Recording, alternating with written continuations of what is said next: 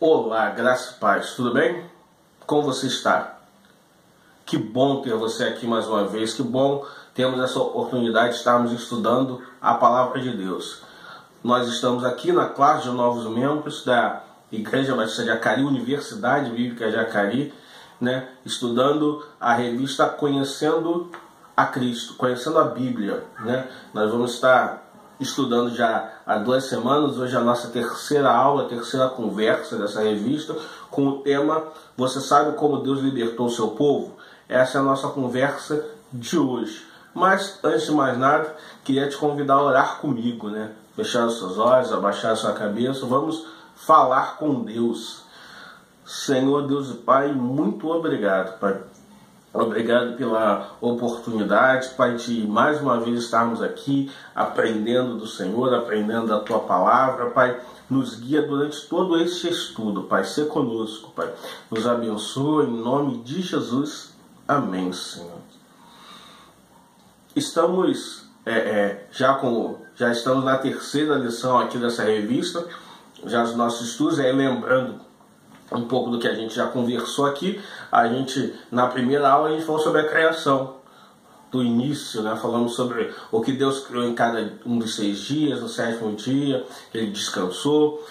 Falamos de Caim e Abel, falamos Adão e Eva, Caim e Abel, falamos de Noé, falamos de Torre de Babel. Tivemos essa conversa, se você não assistiu, está aqui no canal, você pode estar assistindo essa aula, acompanhando também este conteúdo que a gente vai perceber, se você for caminhando com a gente nessas aulas, você vai perceber que uma aula puxa a outra, uma aula tem a ver com a outra, A segunda aula a gente começou a pensar como Deus formou o povo, e a gente foi de Abraão até José, falando de Abraão, de Isaac, de Jacó, de Esaú, até chegar em José. E aí José, devido à fome, devido à necessidade que toda a terra estava passando, José pega toda a sua família e leva toda a sua família para o Egito, E aí, com o passar do tempo, com a caminhada do tempo, o tempo passou, José morreu, o faraó que colocou José como governador também tinha morrido, o tempo passou e veio um outro faraó mais tarde que não conhecia José, não conhecia a história, e olhou para os israelitas, olhou para o povo de Deus e viu que eles estavam se multiplicando, eles estavam crescendo, e aí teve medo do povo de Deus. E aí falou: olha, precisamos escravizar esse povo, precisamos colocar esse povo como escravo. E aí, esse povo sendo escravo, nós vamos estar seguros, porque senão eles podem se voltar contra nós, eles podem fazer uma guerra conosco. E a partir daí eles começam a escravizar o povo de Deus. E aí a história de Deus vai nos relatar, a palavra de Deus vai nos relatar que o povo foi escravizado, E aí, como Deus libertou o seu povo. E essa é a nossa conversa de hoje, A partir daí, nós vamos conversando o que Deus fez. E aí, eu queria desde já te chamar a sua atenção para você ir lá no livro de Êxodo. Vamos pegar a Bíblia, vamos ler a Universidade Bíblica de Acari, Então a gente vai ler a Bíblia. Lá no livro de Êxodo, capítulo 2, versículos 23. E antes de qualquer outra coisa, o povo de Deus tomou uma atitude. O povo de Deus tomou um passo. Êxodo, capítulo 2, versículo 23, diz assim a palavra de Deus: muito tempo depois morreu o rei do Egito.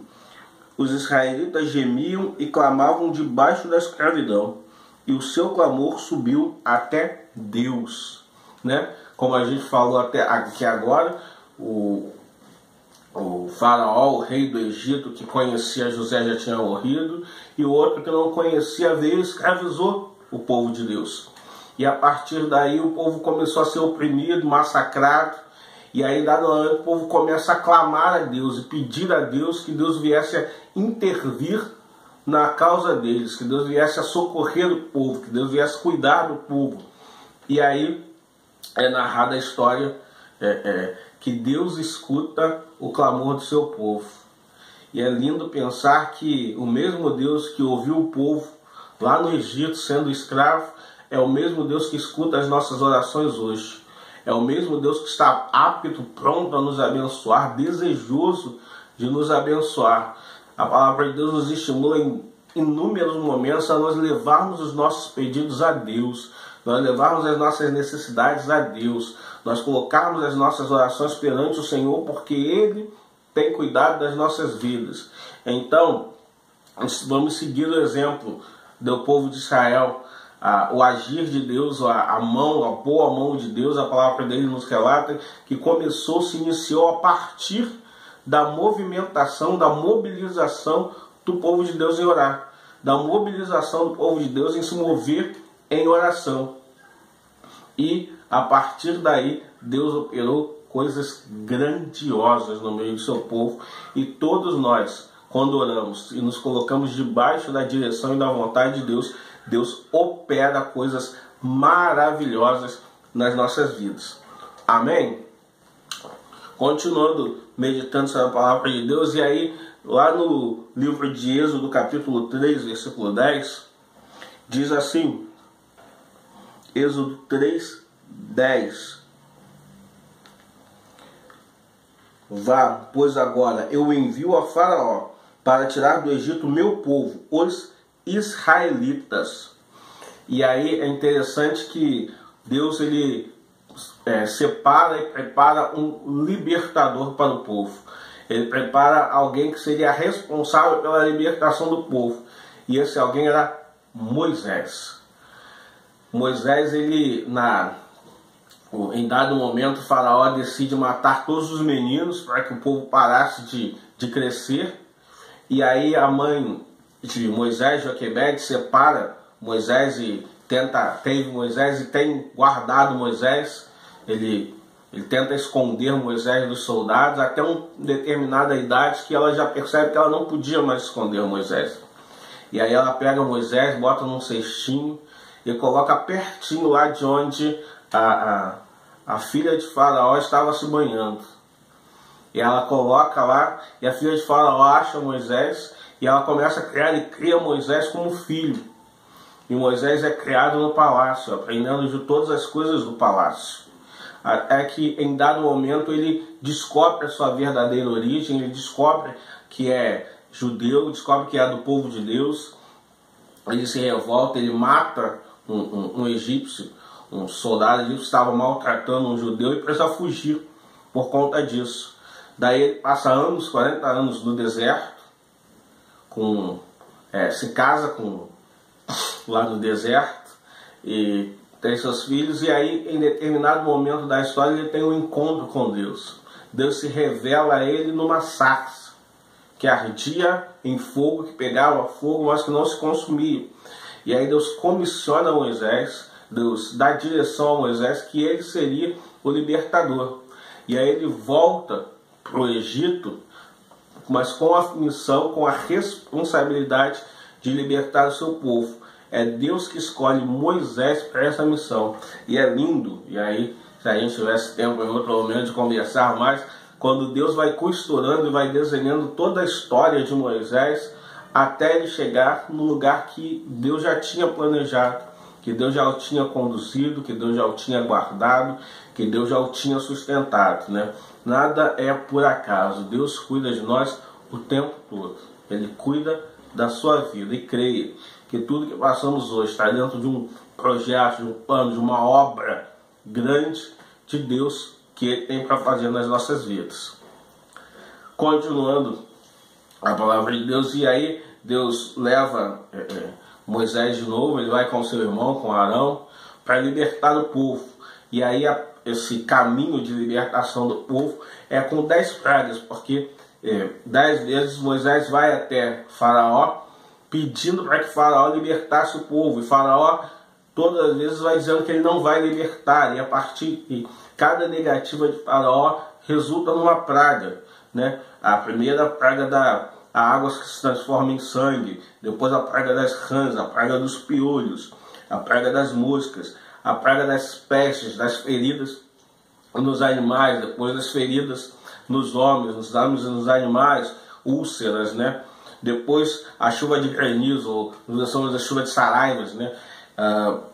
praga dos gafanhotos, parece tão atual isso, né? A praga dos gafanhotos, depois a praga das trevas, que durante um período fica tudo escuro, fechado, a ponto, e a palavra de Deus vai nos revelar, que vai dizer que é a ponto de que um homem uma pessoa não conseguia ver a frente dele, não conseguia ver o que estava passando na frente dele, tão escuro, tão sem iluminação de sol, sem nenhuma outra iluminação natural, ficou a terra do Egito durante aquele período. E a última praga, a praga que enfim fez o faraó libertar o povo, foi a praga dos primogênitos.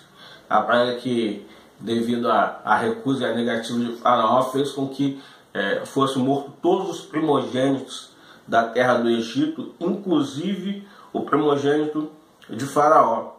E aí, lá no livro ainda no livro de Êxodo, nossa conversa hoje, capítulo 12, versículos de 31 a 33. Êxodo, capítulo 12, versículos de 31 a 33, diz assim: Naquela mesma noite, o faraó mandou chamar Moisés e Arão e lhe disse: Saiam imediatamente do meio do meu povo. Vocês e os israelitas vão prestar culto ao Senhor como vocês pediram. Levem os seus rebanhos, como tinham dito, e abençoem a mim também. Os egípcios pressionavam o povo para que se apressasse a sair do país, dizendo: todos nós morreremos. O pavor, o medo, o temor foi tão grande em meio aos egípcios que falaram: olha, sai logo, vai embora, não fica mais aqui, porque vai saber o que pode acontecer se vocês ficarem mais tempo aqui nessa terra. Vai saber o que nós poderemos sofrer mais se vocês ficarem aqui. Então, vão embora daqui. Saiam daqui. E aí o faraó decide, autoriza liberar o povo para que o povo possa sair no Egito, né? Só quando perde algo de muito precioso, ele decidiu deixar o povo ir. E aí também nos chama a atenção, né? O que a gente precisa perder para se voltar para Deus? O que a gente precisa perder para sermos obedientes à direção de Deus? Deus tem colocado e tem nos abençoado com tantas coisas, tem feito tantas maravilhas, mas muitas vezes nós não estamos atentos à voz e ao ouvido de Deus. E por conta disso perdemos da graça, perdemos do cuidado dele, perdemos de bênçãos que ele teria por nós. Um caminho que seria mais curto, nós tornamos o caminho mais longo devido à nossa desobediência. O que nós estamos perdendo tempo? Vamos ser obedientes a Deus, vamos ser abençoados por Ele, vamos desfrutar da boa, agradável e perfeita vontade de Deus para as nossas vidas, crendo que Ele tem cuidado de nós. Amém? E a história continua dizendo que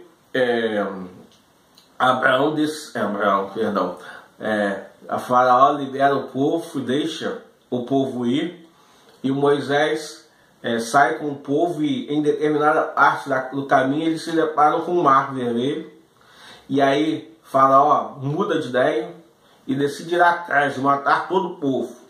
E aí em determinado momento o povo de Deus está como que apertado, confinado em frente ao mar, sem poder atravessar, e atrás já vinha faraó e todo o seu exército. E o povo começa a se revoltar com Moisés, começa a ficar indignado com Moisés, e aí é interessante o que Deus faz, e a palavra de Deus nos relata, o cuidado de Deus, o suporte de Deus com Moisés e com o seu povo em todo o tempo.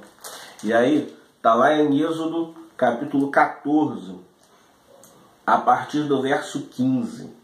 Êxodo 14, a partir do verso 15, diz assim: Disse então o Senhor a Moisés: Por que você está clamando a mim? Diga aos israelitas que sigam avante. Erga a sua vara, estenda a mão sobre o mar, e as águas se dividirão, para que os israelitas atravessem o mar em terra seca. Eu, porém, endurecerei o coração dos egípcios, e eles perseguirão serei glorificado com a derrota do faraó e todo o seu exército, com seus carros de guerra e seus cavaleiros. Os egípcios saberão que eu sou o Senhor, quando for glorificado com a derrota do faraó, com os seus carros de guerra e seus cavaleiros. A seguir, o anjo de Deus, que ia à frente dos exércitos de Israel, retirou-se, colocando atrás deles. A coluna de nuvem também saiu da frente deles e se pôs atrás, entre os egípcios e os israelitas. A nuvem trouxe trevas para uns e luz para os outros, de modo que os egípcios não puderam aproximar-se dos israelitas durante toda a noite. Então Moisés estendeu a sua mão sobre o mar, e o Senhor o afastou, o mar, e o tornou em terra seca, como um forte vento oriental, que soprou toda aquela noite. As águas se dividiram, e os israelitas atravessaram por meio do mar em terra seca, tendo em uma parede de água à direita e outra à esquerda. Os egípcios perseguiram, e todos os cavalos e carros de guerra e cavaleiros do faraó foram atrás deles, até o meio do mar. No fim da madrugada, do alto da coluna de fogo e de nuvem, o Senhor viu o exército dos egípcios e os pôs em confusão. Fez com que as rodas dos seus carros começassem a soltar-se, de forma que tinham dificuldade em conduzi-los.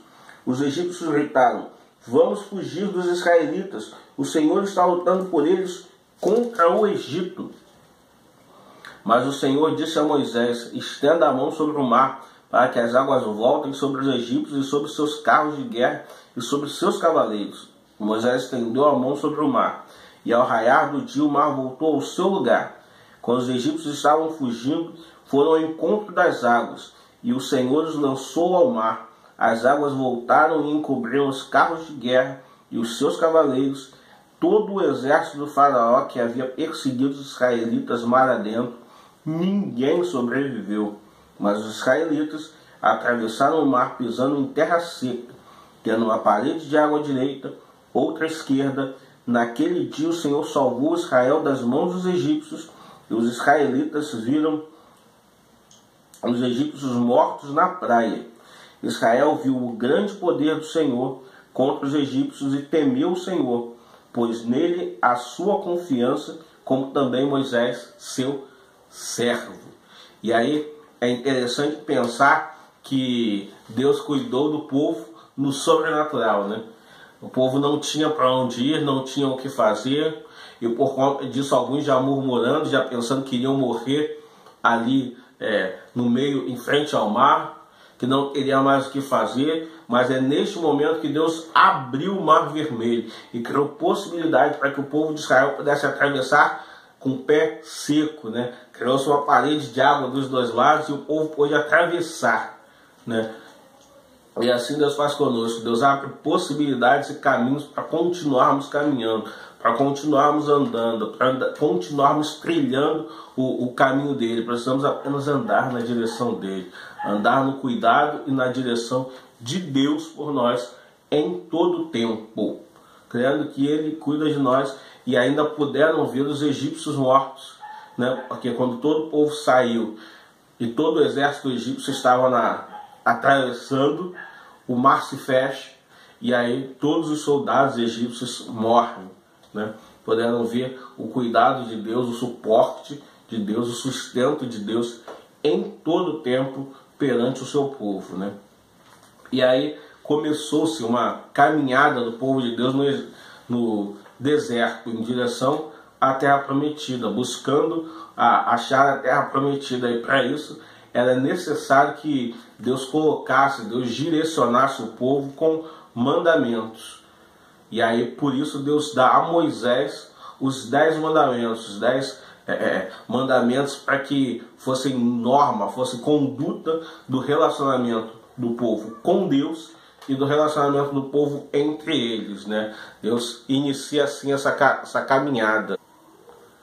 Na sequência, na direção, na caminhada em que ele estava, era necessário mandamentos. E aí Deus designa Moisés para subir até o monte, e no monte recebe as tábuas da lei, da direção de Deus, os mandamentos, E esses 10 primeiros mandamentos eram: não terás outros deuses diante de Deus, perante Deus, não terá outros deuses. Mandamento 1, mandamento 2, não farás imagem de escultura. Mandamento 3, não tomarás o nome de Deus em vão. 4, lembrar do sábado, guardar o sábado para santificar. Mandamento 5, honrar pai e mãe, né? Primeiro mandamento com promessa: honra teu pai e tua mãe para que se prolongue os teus dias na terra. Mandamento 6, não matar. Mandamento 7, não adulterar. Mandamento 8, não furtar ou não roubar.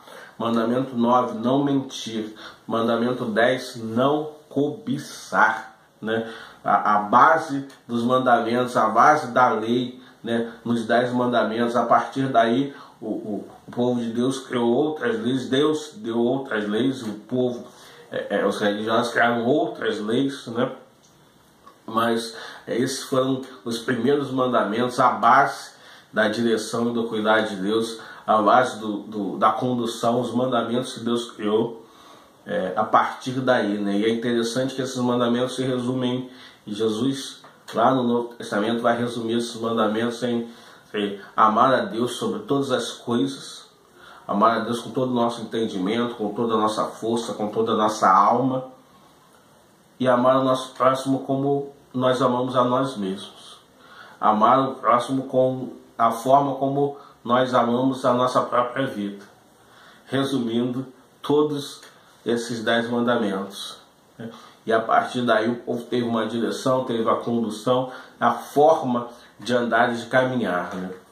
É interessante pensar que esses relatos, essas conversas que a gente teve desde a primeira aula até a aula de hoje, a gente está pensando no Pentateuco, né? Gênesis, Êxodo, Levítico, Números, Deuteronômio, são os 5 primeiros livros da Bíblia. Eles relatam a criação, eles relatam essa caminhada do povo, tanto as histórias dos personagens de Gênesis, tanto a caminhada de Moisés e do povo em direção à terra prometida, o sustento, as leis, o cuidado dele. A gente poderia ler também Êxodo capítulo 16, quando Deus dá maná ao povo, comida, né? Sustento, Deus faz chover comida todo dia faz comida de Deus para o povo, sustentando o povo em todo o período em que eles estiveram na terra do Egito, que eles estiveram no deserto. Deus vai sustentando e vai cuidando do povo, uma coluna de nuvem de dia, uma coluna de fogo à noite. Eles podem perceber o cuidado e o sustento de Deus em todo o tempo. E é necessário que nós andemos debaixo da direção de Deus, né? Talvez a gente pense nesses dias como seguir todos os mandamentos, como devemos fazer e como devemos andar na direção e no cuidado de Deus. E é interessante que a palavra de Deus vai dizer para nós lá em Deuteronômio 30, 16. Deuteronômio capítulo 30, versículo 16, diz assim a palavra do Senhor: pois hoje lhes ordeno que amem o Senhor, o seu Deus, andem nos seus caminhos e guardem os seus mandamentos, decretos e ordenanças. Então vocês terão vida e aumentarão em número, e o Senhor, o seu Deus, os abençoará na terra em que vocês estão entrando para dela tomar posse. O início do verso é muito interessante. Então lhes ordeno que amem o Senhor, o seu Deus, e ande nos seus caminhos. Às vezes a gente se preocupa muito com o que fazer, como fazer, as atitudes que nós vamos tomar, mas o que Deus espera de nós em primeiro lugar é que nós amemos o Senhor, que o nosso coração esteja em Deus, que a nossa vida esteja guardada em Deus, que Deus seja o mais importante das nossas vidas, porque se Deus for a prioridade nas nossas vidas, todo o resto vai andar na direção e no caminho de Deus. A palavra de Deus lá, Provérbios, se não me engano, capítulo 4, versículo 23, vai dizer: olha, de tudo que se deve guardar, guarda o teu coração, porque dele procede as saídas da vida. Em outras palavras, guarda a sua alma, guarda o seu coração, guarda o seu interior, porque tudo que você fizer na vida, todos os passos que você der tomar na sua vida, vão ser a partir daquilo que você tiver no coração. Lucas 6,45, se não me engano, vai dizer que a boca só fala daquilo que o coração está cheio. Só vai sair aquilo que está lá dentro. Só sai aquilo que está lá dentro. E como diz nosso pastor Jefferson, quem dá o coração para Jesus não nega mais nada a Ele. Então, coloque o seu coração em Deus e busque andar naquilo que Ele agrada. Busque fazer aquilo que Ele espera, porque Ele cuida de nós o tempo todo. Amém? Assim, pensando, entendendo que da mesma forma como Deus foi cuidadoso, foi zeloso com o seu povo, ao ponto de tirá-lo da escravidão, sustentá-lo durante todo o tempo no deserto, guardando e produzindo em todo o tempo, abrindo o mar, dando água, dando comida, assim Ele faz conosco. Andemos na direção de Deus, debaixo do cuidado e da direção de Deus. Amém? Semana que vem a gente continua conversando sobre a conquista da terra prometida, né? Vamos continuar refletindo e aprendendo acerca da palavra de Deus. Amém? Que bom que você está aí, que bom que a gente pode aprender juntos acerca de Deus e da palavra dele. Vamos orar. Obrigado, Pai. Obrigado por esta aula, Pai. Obrigado pela oportunidade de estar junto com meus irmãos, estarmos aprendendo da Tua palavra, Pai. Continua a nos ensinar todo dia da Tua palavra e na Tua palavra, Pai. Nós vamos ser cheios do Senhor, Pai. Nos abençoe. Em nome de Jesus. Amém, Senhor. Que Deus te abençoe, cuide de você. Você possa estar guardado e protegido por Ele neste tempo. E que seu coração possa ser todo dele. Seu coração possa estar totalmente nas mãos dele. Que Deus te abençoe. Em nome de Jesus.